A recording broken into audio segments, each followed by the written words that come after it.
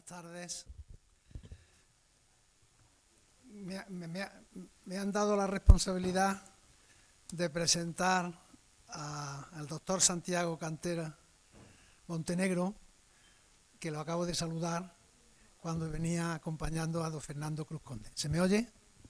Sí, ¿no? ¿Se oye? Sí, bien. Eso no quiere decir que no lo conociera. ¿No se oye? ¿Eh? Más me tengo que acercar. ¿Ahora? Bien, bueno. Tengo dos sentimientos encontrados esta tarde. Un sentimiento de tristeza por la muerte, hace algo más de 3 años, de un amigo, y al mismo tiempo un sentimiento de alegría, porque se me invita a presentar en este espacio a un gran escritor e historiador. ¿Por qué digo de alegría? También porque esta presentación se hace en colaboración con el Centro Cultural José Luis García Palacios. ¿Quién era José Luis García Palacios? Era el presidente de la Caja Rural del Sur e hijo predilecto de Andalucía. Y esa alegría de estar aquí se acompaña con la tristeza que me emociona al leer su nombre en la publicidad que se ha hecho del acto, porque fue un buen amigo mío, con cuya amistad gocé y la reforcé durante el periodo de 1977 a 1979. Él era senador y yo diputado de la Unión de Centro Democrático. En ese periodo de 1977 a 1979, probablemente el conferenciante, doctor Cantera Montenegro, ni siquiera había recibido la primera comunión. García Palacios y yo en las Cortes vivimos el periodo constituyente y también intensamente el periodo preautonómico de Andalucía. José Luis García Palacios murió en Córdoba el 27 de noviembre de 2018, cuando entregaba los premios de la Fundación Caja Rural del Sur, en calidad de su presidente y en un acto solemne, en nuestra propia Universidad de Córdoba. Y por eso hoy rezo por que descanse en paz. Y el siguiente sentimiento que tengo es el de sorpresa y de alegría también, porque tengo que presentar al doctor Santiago Montenegro, a quien de modo directo y personal no he conocido hasta hace un ratito. Pero lo he conocido antes a través de muchos de sus libros que escribió en colaboración con otros o en solitario. Por ejemplo, hay un libro que a mí me impresionó mucho, y yo no soy historiador ni soy del mundo de las letras, que se titulaba Hispania, o si ustedes quieren con un subtítulo más importante, El nacimiento de España, que fue publicado, me parece que en el 2014 aproximadamente, en el que el autor hace un análisis de la vida de los visigodos en España y aventura que realmente se diseña en ese momento alguna nueva configuración de lo que es la España de hoy, más o menos así. Siempre he sido aficionado a la historia, no como investigador, y recuerdo, por curiosidad, un trabajo que había publicado con otros profesores, y me parece que uno de ellos había sido el director de su tesis, que era un atlas de España, ¿no? Bueno, ya hace tiempo, ¿no? Bien. Y también leí, porque tocaba asuntos sobre la labor social de la Iglesia, en otro libro que habla de ese tema, ¿no? Y eso también fue hace ya tiempo, era 5 o 6 años, ¿no? Y como consecuencia de la pandemia, en el año 2020, tuve tiempo de leer, que no hay mucho tiempo para leer, un libro que traigo ahí, a ver si me lo dedica, que compré a finales del 2020, que se llama La crisis de Occidente. Me parece que era la 3ª edición, lo cual quiere decir que ha sido muy leído, ¿no? Y yo he disfrutado en las páginas de ese libro, cuando habla desde el principio de la crisis, de los síntomas que tiene en la actualidad, de cómo integrar el futuro sobre nuestro occidente. Y eso es lo que me hace a una persona que no la conocía personalmente en absoluto. ¿Por qué se me invitó a mí? Porque supongo yo que había participado en el CEU San Pablo, ¿no? Como profesor. ¿Y quién es la persona que nos va a hablar hoy? Pues es una persona muy joven. Si ha cumplido 50 años es porque nació en enero, ¿no? Acaba de cumplir 50 años, ¿no? Es licenciado en Historia desde 1993, doctor por la Complutense unos años después y madrileño de nacimiento. Como he dicho, profesor del CEU San Pablo, y ya a los 30 y tantos años, no sé cuántos, decidió, naturalmente, ingresar en la Orden de San Benito. No sé si tenía 30, 32 o 34, 30 años, ¿no? Bueno, es decir, que obedientemente después, en el 2014, aceptó que se responsabilizara de la abadía del Valle de los Caídos, ¿no? Bueno, ¿qué espero yo que oigan ustedes de él? Pues palabras sobre la necesidad que la sociedad española tiene hoy para adentrarse en el orden de la trascendencia. Porque si no se actúa así en el orden de la trascendencia, probablemente el futuro será el amanecer en la nada. Porque todo lo que rodea a ciertos nuevos ismos que él trata en el libro es alabanza de esa nada, en lugar de ser lámpara que nunca se acaba. Yo creo personalmente que estamos crucificando la luz con mayúscula y huyendo a través del laberinto que representan algunos de estos ismos, como el feminismo radical, el indigenismo, el animalismo, que yo como veterinario me sorprende, ¿no? Acabo de entender que es tan importante que nuestra legislación le va a obligar a los jueces a llamar a los que se divorcian para que le pregunten al veterinario de turno con quién se va el perro y cuáles son el régimen de visitas. Si no lo saben, tengan cuidado de divorciarse si tienen perro. Y últimamente ya, pues el reciente negacionismo de que se niega todo, ¿no? Eso viene ya desde Derrida, me parece. Esos ismos se asemejan hoy a lo que el Evangelio de Marcos de hoy, si lo leen ustedes, decía Jesús de los fariseos y de Herodes. Decía, debemos estar atentos, lean el Evangelio de hoy, debemos estar atentos. Y decía Mateo, en ese mismo pasaje, abrid los ojos y guardaos de la levadura de fariseos y saduceos. Y yo digo, oigamos al conferenciante y debamos abrir los ojos ante ciertos sismos que me debería hoy se están necesitando de programar. Me gustaría afirmar que el conferenciante, doctor Santiago Cantera Montenegro, es un monje a la luz unido, que quiere atravesar, según he visto en sus libros, estas catacumbas en las que este occidente, sin ojos, se ha metido. Nos advierte de ciertas tendencias de la modernidad a lo largo de todo el libro, que es un ensayo histórico, yo creo que a la par filosófico y desde luego desde el punto de vista religioso. Yo tomo una frase de su libro, Crisis de Occidente, en la página 298, que escribe lo siguiente, no sé si él se acordará de eso.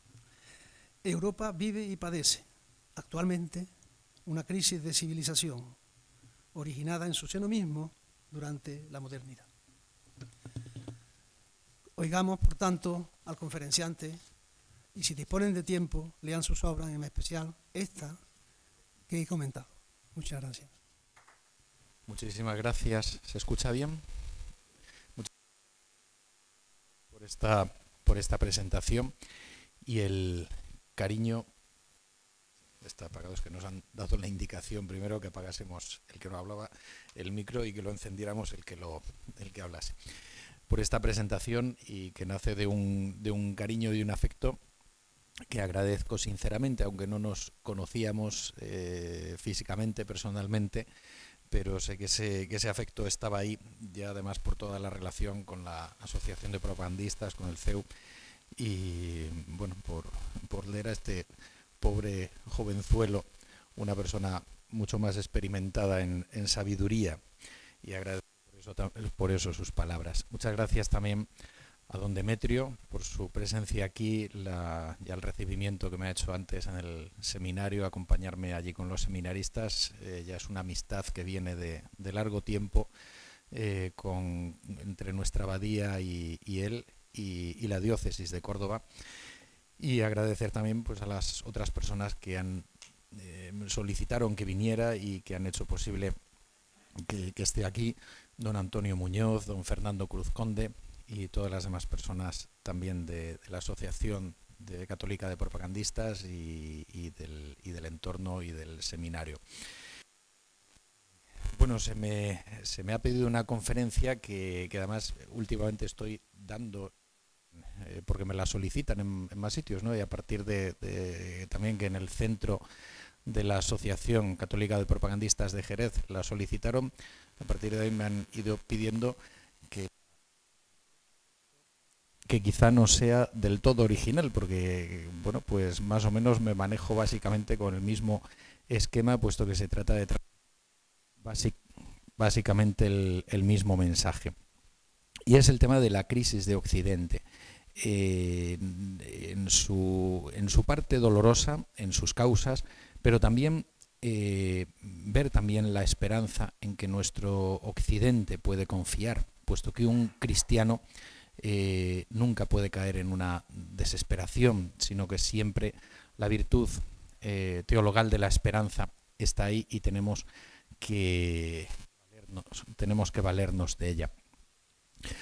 Hay algunos datos recientes que de algún modo pueden reflejar el hecho de esta crisis de Occidente, que quizá de primeras se pudiera negar. Parece que vivimos un estado del bienestar, que vivimos con cierta comodidad, que Occidente tiene un peso, o el primer peso en el mundo. Pero hay una serie de datos que de algún modo han hecho evidente esta crisis, que en el fondo es de raíces mucho más profundas, filosóficas, morales y espirituales. Hechos como la salida de Afganistán, de las tropas occidentales, en muy poco tiempo, la salida dejando el poder a los talibanes, dejando incluso allí armas. Se ha querido presentar amablemente como un éxito militar y un éxito diplomático, y es cierto que bueno, lo que es la evacuación puede haberlo sido, pero el hecho de que en tan breve tiempo, ante unos pastores de montaña armados, unos ejércitos mucho más poderosos hayan tenido que evacuar Afganistán de esta manera, refleja que Occidente no tiene la fuerza y el peso de antes.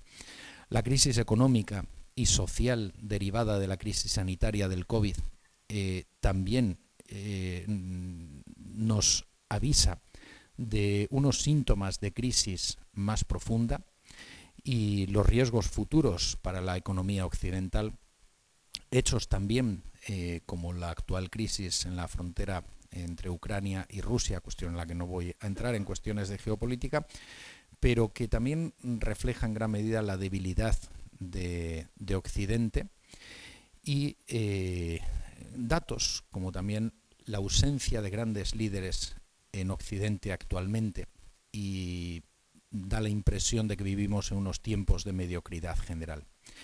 Pero estos datos que pueden hacer evidente esta crisis en la que nos movemos son los, digamos, más superficiales, los que lo hacen más evidente, pero hay unos elementos más profundos que son de raíz, como señalaba antes, moral y espiritual, de raíz filosófica y de raíz cultural, y que provienen de todo un proceso de larga duración, como señalaba don José Javier, que se ha venido gestando fundamentalmente a lo largo de los siglos de la Edad Moderna y en lo que conocemos como todo el proceso de la modernidad, y que ha llegado ya a un punto álgido y en que esta crisis se hace evidente. Para comprenderlo es necesario acercarnos, aunque sea brevemente, a comprender qué es el ser de la civilización occidental, de lo que conocemos como la civilización occidental, y tener en cuenta cómo se formó esa civilización occidental, nuestra civilización. Es un proceso que nace de la antigüedad clásica, con un legado griego y romano, y que se desarrolla en la Edad Media cristiana, con el aporte también de los pueblos bárbaros, germanos y eslavos u otros, y a todo ello el cristianismo es el que confiere, el que alienta con un espíritu, le genera como un espíritu, un aliento vital que funde todos estos elementos. De tal manera que podemos decir que la civilización occidental es la fusión de 4 elementos: el legado clásico grecorromano, el helenismo y el romanismo, con elementos tales como la valoración del hombre, de la razón, el canon estético, el desarrollo de las primeras formas políticas organizadas y el primer pensamiento político, el valor de la ley, del derecho en Roma, de la organización, del orden, de la vida urbana, del concepto del cives, del quives, del ciudadano, más el aporte de los pueblos bárbaros, germánicos o eslavos en el este de Europa, también de lo que va a ser toda la cristiandad europea, y el cristianismo como aliento vital que favorece y posibilita la síntesis de todos estos elementos. Como monje que soy, evidentemente, pues barreré también un poco para casa, recordando el papel fundamental que el monacato, la vida monástica, tuvo en este proceso. En Occidente, a través fundamentalmente de los monjes benedictinos y de las ramas que nacen de ellos, como también los cistercienses, o también de los monjes celtas irlandeses, que también evangelizaron partes importantes de las islas británicas y del continente europeo, e influyeron en el desarrollo cultural de estas áreas, o también el monacato bizantino eslavo en el este de Europa, en toda la expansión. Además celebrábamos el otro día también a San Cirilo y a San Metodio, ayer en concreto, y toda la expansión que el monacato bizantino tuvo hacia el mundo eslavo, en los Balcanes, en centro de Europa y en el ámbito de la Rus de Kiev, que es el origen también de la posterior Rusia. Tenemos así el nacimiento, de esta manera, de esa Europa occidental y oriental, de esa civilización que concebimos como la cristiandad, y de hecho se da una similitud entre los conceptos de cristiandad y de Europa fundamentalmente en época de Carlomagno. A partir de ahí se concibe esa identificación entre la cristiandad que nace en este periodo, y en él mismo nacen también las naciones europeas, las patrias europeas, tanto orientales como occidentales, precisamente por la fusión de todos estos elementos. Es lo que todo esto también hará posible que se desarrolle eso que el Papa Juan Pablo II llamó los 2 pulmones de Europa, una Europa que respira con 2 pulmones, el de Oriente y el de Occidente. Y esta cristiandad medieval identificada con Europa, cuando precisamente después, fundamentalmente desde el siglo XVI, en los siglos de la modernidad, se produce una quiebra interna a la que vamos a hacer referencia a continuación, es a través fundamentalmente de la corona hispánica y de Portugal, y después también cuando se integra en esa monarquía católica hispánica, cuando va a extenderse por otras partes del universo, fundamentalmente de América, pero también de otras partes de África, de Asia y de Oceanía, como Luis de Camões, el gran autor de la epopeya portuguesa de Os Lusíadas, decía que españoles y portugueses, que entonces se concebían también como parte de lo que había sido el conjunto cultural e histórico de España, decía que su labor había sido facer cristiandades, extendiendo esa cristiandad hacia otros territorios, precisamente cuando en el seno de la vieja Europa comenzaba a quebrarse o se producía la quiebra de aquella antigua cristiandad europea. Podríamos decir que el mensaje de la Europa cristiana, de esta civilización cristiana, puede resumirse, diría yo, en 4 puntos clave, o por lo menos me atrevo a señalar estos 4 puntos. El primero es la centralidad de Dios y Cristo como eje de la historia y de la salvación. El puesto central que a Dios corresponde como creador y también como redentor del hombre. Y desde ahí precisamente también una visión trascendente de la vida. Es decir, no todo termina en la tierra, sino que todo apunta hacia la trascendencia, hacia la eternidad, y en unión con ello, y además bebiendo en esta ocasión también de las raíces griegas y romanas, la valoración del hombre, el valor del hombre como tercer elemento, al cual el cristianismo le confiere un carácter de mayor peso aún, desarrolla también el concepto de persona humana. La valoración del hombre es uno de estos elementos clave de lo que podemos llamar el mensaje de Europa. Y el cuarto es lo que me atrevería a considerar como, o expresar como el origen y la composición natural de la sociedad, es decir, la concepción y la conciencia de que la sociedad nace de la propia sociabilidad natural del hombre, que el hombre es un ser social, un zoon politikon, como decía Aristóteles, un animal político, un animal social, y esto que aparece en el pensamiento clásico grecorromano, el cristianismo lo hace suyo, y en realidad se ha expresado así en toda cultura y en toda civilización, aún por primitiva que pudiera ser. En el confucianismo chino existe esta noción también, y solo será a partir fundamentalmente del siglo XVIII, fundamentalmente, aunque con algunos precedentes anteriores, cuando se comience a romper esta idea de la sociabilidad natural del hombre a partir sobre todo de las teorías de Rousseau. Pero la sociedad tiene un origen natural por la propia sociabilidad natural del hombre, y surgen unos cuerpos intermedios que son los que evitan tanto la caída en un individualismo como en formas de estatismo o de estatalismo. Esa crisis a la que hemos hecho referencia, esa crisis de esta cristiandad, esta civilización occidental cristiana, tiene lugar como un proceso de larga duración a lo largo de la modernidad. Podemos señalar algunos elementos de ruptura o de quiebra en ella. En primer lugar, quizá el más llamativo, porque además produce una quiebra incluso a nivel violento, a nivel de guerras y a nivel político, de división de países, va a ser el fenómeno de la Reforma Protestante. Es lo que marca, de algún modo, más llamativo esa ruptura o esa quiebra interna en la cristiandad, en un conjunto que hasta entonces ha estado unido. Pero junto a ello hay otros elementos, otros factores de ruptura o de quiebra que muchas veces pasan más desapercibidos.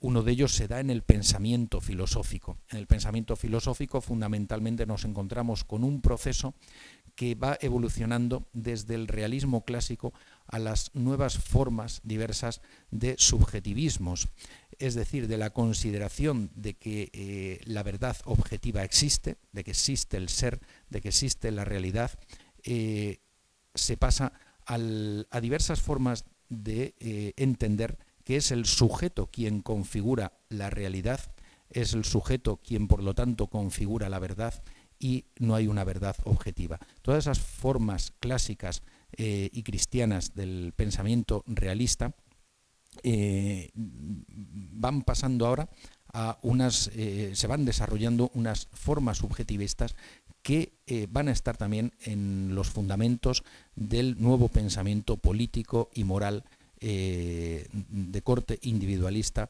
y de corte inmanentista. Porque esto conlleva también una ruptura en la visión de la vida. Si decíamos que ese mensaje de la cristiandad hablaba de la trascendencia de la vida, de la trascendencia del hombre, de la trascendencia de la historia, pasamos ahora a una visión inmanentista, a una inmanencia en lo terreno. Los proyectos apuntan solo hacia la construcción cada vez más de un progreso que constituya de algún modo la construcción de un paraíso terrenal sin Dios. Se produce consecuentemente, como decíamos, también una ruptura en la moral.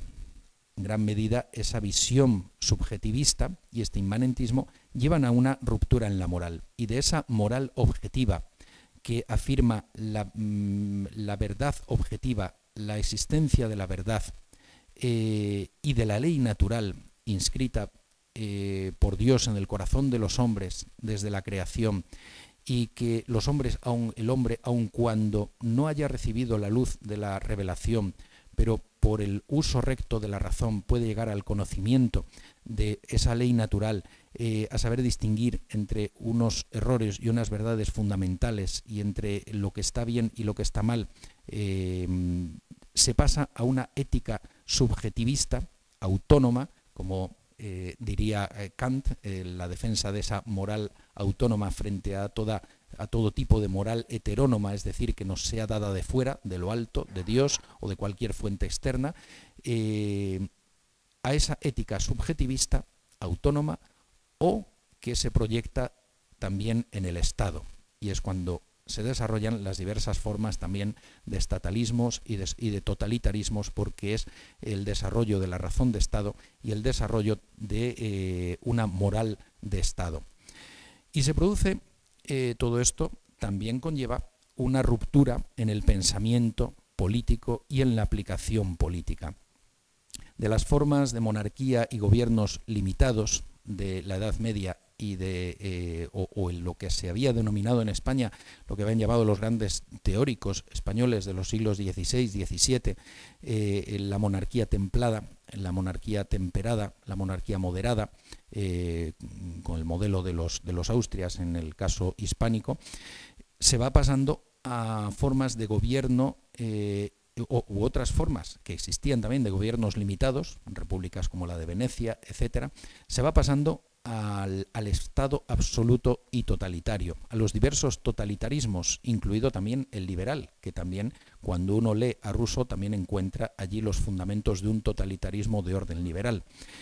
Es el pensamiento que se puede encontrar, por ejemplo, toda esta línea que apunta a la soberanía absoluta del Estado sobre la persona, sobre los cuerpos intermedios, sobre cualquier moral de orden objetivo, se encuentra en pensamiento de autores como Maquiavelo, como Spinoza, que es uno de los primeros teóricos del estatalismo, del totalitarismo, del Estado como absoluto, Hobbes, que por su visión negativa del hombre, su visión pesimista del hombre de origen protestante, clama por un Estado que domine absolutamente toda la convivencia ciudadana, puesto que el hombre es un lobo para el hombre. Formas también de estatalismo o de totalitarismo, como las que desarrolla Calvino en Ginebra, con una república teocrática sobre unos fundamentos teocráticos, pero de orden de un Estado absoluto. Bodino en Francia, o Hegel, que es quien ya llega a un grado de identificación del Estado con el absoluto, diviniza propiamente el Estado, y de ahí nacen las formas de estatalismo y totalitarismo liberal, marxista o nacionalista. La ruptura violenta definitiva de todo este proceso podemos decir que se plasma en la Revolución Francesa de 1789, evidentemente, en las revoluciones liberales, las diversas revoluciones liberales que tienen lugar en diversos países de Europa a lo largo del siglo XIX, en las revoluciones de cuño marxista, socialismos, comunismos, fundamentalmente la revolución soviética de 1917, o las revoluciones que pudiéramos denominar, con mayor o menor margen de error, porque no todos los movimientos pueden ser incluidos bajo esta catalogación, como fascistas, o propiamente la nacionalsocialista, que son formas también de derivación de este estatalismo y de este inmanentismo que busca la creación de un paraíso terrenal sin Dios. Todo esto llevó a eso que Juan Pablo II, refiriéndose al comunismo, denominó una trágica utopía, las trágicas utopías del siglo XX, el comunismo, el nazismo, con todo lo que llevó también toda esta evolución de la modernidad hacia 2 guerras mundiales, el desarrollo de la bomba atómica, etc.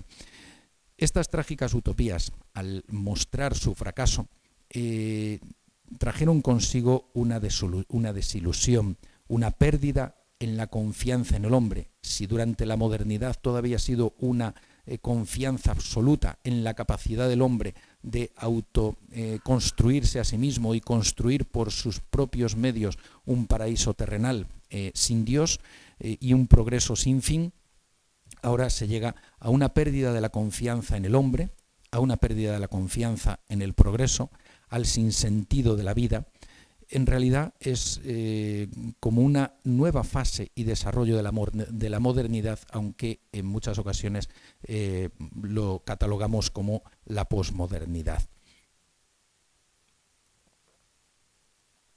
Todo esto genera lo que podemos entender como una sociedad débil y lo que se ha denominado también con frecuencia un pensamiento débil.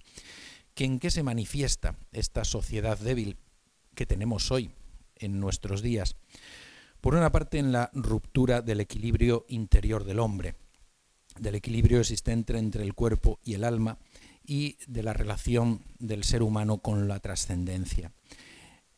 Una ruptura del núcleo vital y social del matrimonio y de la familia, a través de toda la mentalidad divorcista, de la inestabilidad para los hijos que suponen todas las rupturas familiares, del desarraigo que produce en ellos y todas las consecuencias psíquicas y de crisis de personalidad que supone para las víctimas de todo este ambiente. Una sociedad débil que se manifiesta también el desprecio por la vida del hombre, cuando se valora muchas veces ya más la vida de un animal o se llega a negar el valor de la vida del hombre a través de hechos como el aborto, la manipulación genética, la eutanasia, etc. También se manifiesta en la negación de la naturaleza social del hombre, con diversas formas de individualismo, hemos hecho alusión a ello, o nuevos colectivismos, a la negación de la naturaleza del hombre y del orden natural, llegándose fundamentalmente de algún modo ya a grados extremos, como es la ideología de género, donde se niega el hecho mismo afirmado desde el Génesis de que varón y hombre y mujer los creó, la existencia de los 2 sexos, se afirma una autoconstrucción constante del hombre en función de su propio sentimiento de cada momento y pudiendo variar de estado de lo que es. Todo esto supone una ruptura también del orden natural dado por Dios al hombre, para bien del hombre y de la naturaleza. Pero en realidad no solo supone una negación de este orden natural creado por Dios y de la naturaleza del hombre, sino que es que supone una negación del sentido común, porque todos los pueblos de la tierra, todas las culturas, todas las civilizaciones, todas las religiones han reconocido siempre la existencia y la complementariedad del sexo masculino y del sexo femenino, como sucede en el conjunto de la naturaleza. Esta sociedad débil se manifiesta asimismo en la desilusión ante la vida, que incluso en manifestaciones filosóficas se ha desarrollado en vertientes del existencialismo, fundamentalmente del existencialismo francés de Sartre y Camus, y en los derivados prácticos de toda esta desilusión, el sentido de la náusea, del absurdo, del sinsentido de la vida, que incluso a la hora de la verdad se plasma también en el sentimiento de soledad de tantas personas, de tantos jóvenes, en el sentimiento de la tristeza y llegando a un aumento de los suicidios. El tema del suicidio es una cuestión que normalmente los medios de comunicación evitan dar noticias, y tiene su lógica, porque todos sabemos que tiene un efecto dominó y que cuando hay una persona que tiene tentativas de suicidio, al escuchar alguna noticia de este tipo, le infunde ánimo para hacerlo.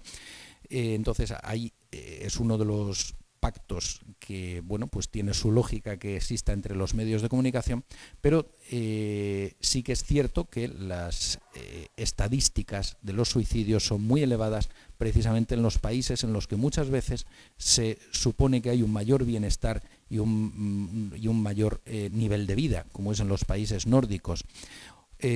Recientemente se han dado a conocer las estadísticas españolas y se ha producido un aumento alarmante del número de suicidios. Cuando los suicidios aumentan, reflejan que hay una sociedad enferma de fondo, que hay una sociedad enferma, que hay mucha soledad y mucha tristeza de fondo. Y esto normalmente nace de unas causas morales y espirituales. Esta sociedad débil se manifiesta a sí mismo también en la generación de, frente a todas estas desilusiones, la generación de nuevas utopías o distopías. Una de ellas, esta ideología del género, pero otra de ellas también en alza, en proceso de desarrollo, es el transhumanismo, la idea del hombre cibernético, de la idea del hombre máquina, esta imagen del ser humano maquinizado que se nos presentaba en películas de ciencia ficción y que a veces tenía una parte atractiva pero otra que nos causaba horror, es algo hacia lo que se aspira y que hay toda una teoría transhumanista que apunta hacia ello. Es otra forma de negar también el ser natural del hombre y del orden natural establecido por Dios en la creación. Una manifestación asimismo de esta sociedad débil y hoy muy en boga es el globalismo que supone una forma de negación de las identidades patrias, con todo lo que supone de desarraigo del hombre respecto de su tierra, de su tradición, de su historia, de su vida natural. El megaurbanismo que vivimos también en buena parte del mundo hoy día, de algún modo contribuye a este desarraigo de lo natural, de lo rural, a este desarraigo de la naturaleza, de las tradiciones propias. La Agenda 2030 como expresión de este globalismo también es una manifestación clara también de este proceso de desarraigo respecto de las identidades patrias y de las tradiciones y de la propia historia. Ese megaurbanismo al que hacía referencia sin arraigo en la naturaleza auténtica, de algún modo lleva a algo que hacía referencia a don José Javier también, que es esas vertientes animalistas, el animalismo, el veganismo, etcétera, que realmente nacen de aquellos que posiblemente no han visto la naturaleza viva, no han visto los animales más que a través de la televisión o de Internet, porque son los que no han vivido en ella quienes pueden pedir y promover leyes como la de bienestar animal, que por cierto convendría recordar que las primeras leyes orientadas en este sentido, las primeras leyes animalistas, las dio el Tercer Reich alemán. Fueron las primeras leyes nazis, nacidas del neopaganismo germánico nazi, que llevaba a valorar a los animales a la misma altura que a los hombres. Como bien decía alguna persona, cuando se comienza a tratar a los animales como personas, se acaba tratando a las personas como animales. Al final todo esto indudablemente lleva o tiene que llevar a una serie de estallidos, porque toda esta situación de algún modo se hace insostenible para la vida humana. Estallidos que pueden tener un origen fundamentalmente social, en gran medida a partir de toda la crisis económico-social derivada del COVID, y un elemento añadido de muchas crisis de civilización que también se da hoy para el mundo occidental, y en el que podemos establecer paralelos con semejanzas y diferencias entre el Imperio Romano y la Europa occidental, es la cuestión de las avalanchas migratorias. La diferencia fundamental que podemos encontrar es que si en el Imperio Romano la avalancha migratoria se produjo fundamentalmente de los pueblos germánicos que acabaron siendo integrados, incorporados a la cultura clásica a través de su pacificación por el cristianismo, fue el cristianismo quien los integró e hizo una síntesis con la cultura cristiana. Hoy día hay algunas poblaciones o sectores de la población de origen migrante que son perfectamente asimilables, pero hay un elemento que procede del sur de Europa, que es sobre todo el Islam, que es un componente de muchísima mayor dificultad para su integración y precisamente porque su fuerza está en su religión. Christopher Dawson, un filósofo de la cultura británico de la primera mitad del siglo XX, señalaba que la fuerza de una cultura, la fuerza de una sociedad, la fuerza de una civilización se encuentra en su religión, en su arraigo religioso. Él ya apuntaba cómo Europa se encontraba en un proceso de crisis por su despego respecto de la religión cristiana. Pues esto es algo que hoy se hace evidente. Mientras que el Islam la civilización islámica tiene su fuerte arraigo en la religión, la civilización de origen cristiano se ha apartado de sus raíces cristianas. Juan Pablo II habló de una apostasía silenciosa de Europa. Benedicto XVI hablaba de una sociedad neopagana, de una era neopagana. Bueno, pues este es un proceso real que por eso se pueden establecer estas diferencias también entre lo sucedido en el Imperio Romano y este elemento que puede ser disgregante para lo que ha sido la Europa clásica, la Europa occidental a lo largo de los siglos, como es hoy el Islam, que no es fácilmente asimilable, puesto que tiene su propia fuerza religiosa que le hace no integrarse en lo que ha sido el mundo europeo. No obstante, estas avalanchas migratorias no son la causa, digamos, principal de un hundimiento de una civilización, sino que eso nace del interior, de la propia crisis de valores que el Occidente vive. Dentro de la propia Iglesia Católica, como en toda la sociedad en general, también podemos encontrar algunos elementos de esta crisis, porque indudablemente el pensamiento del mundo también muchas veces se nos mete a nosotros, también a los católicos, en el seno de la Iglesia. Uno de los elementos que podemos referir es la pérdida del sentido de lo sagrado en la liturgia, que desde hace decenios pues hemos venido sufriendo. El querer hacer en muchas ocasiones una liturgia, como decía el Papa Benedicto XVI, que no es celebración para Dios, sino que es la autocelebración de una asamblea que se celebra a sí misma. La pérdida del sentido del misterio, de lo sagrado, del sacrificio, para desacralizar, para algo que es propiamente sagrado como es la liturgia, el horizontalismo, la pérdida del sentido de adoración. Todo esto conlleva también una crisis de la visión trascendente del hombre y de la propia religión cristiana. La pérdida de la conciencia de pecado y del sentido de pecado, la caída en un neopelagianismo que incluso se nos cuela en forma de buenismos. Juan Pablo II señalaba en muchas ocasiones, ya los papas anteriores, Pío XII, por ejemplo, la pérdida de la conciencia de pecado que existía en la civilización occidental. Y el peligro de la secularización del mensaje de salvación de Cristo para ofrecer, tenemos el peligro de querer agradar al mundo, mimetizarnos tanto con el mundo, que queramos al final ofrecer un mensaje adaptado al lenguaje del mundo, acogiendo todo lo que es el globalismo, la idea de la ecosostenibilidad, un pacifismo barato, un sincretismo religioso neonóstico que identifique como igualmente válidas todas las religiones, en las cuales el cristianismo es una más, pero esto no serían más que formas, en realidad, de un sincretismo neonóstico.